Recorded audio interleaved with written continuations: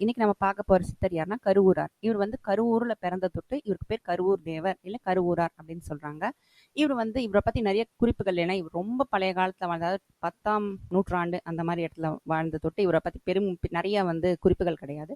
இவர் திருக்குற்றாலம் போறாரு. அப்போ அகஸ்திய முனிவரை, குருவுக்கெல்லாம் குரு இல்லையா அவரை போய் பார்த்துட்டு வராரு.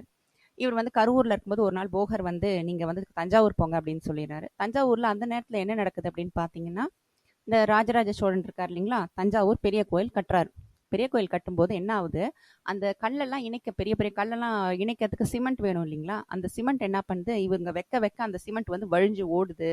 அது என்னன்னா அந்த ரெண்டு கல்லையும் சேர்க்க மாட்டேங்குது, அந்த கிரிப்பு கிடைக்க மாட்டேங்குது சிமெண்ட்டுக்கு. அப்ப என்ன ஆச்சு, இந்த கருவூரார் போறாரு. கருவூரார் போய் என்ன பிரச்சனைன்னு பார்த்து அஷ்ட பந்தன மருந்து அப்படின்னு சொல்லி பண்ணி அதை உள்ள அவரோட சக்தியை போட்டு என்ன பண்றாரு, அந்த கோயில ஒரு சிமெண்ட் போட்டு கட்டி வைக்கிறார். இதுதான் கருவூரார். இவர் கரூர்ல சமாதி அடைந்தார்.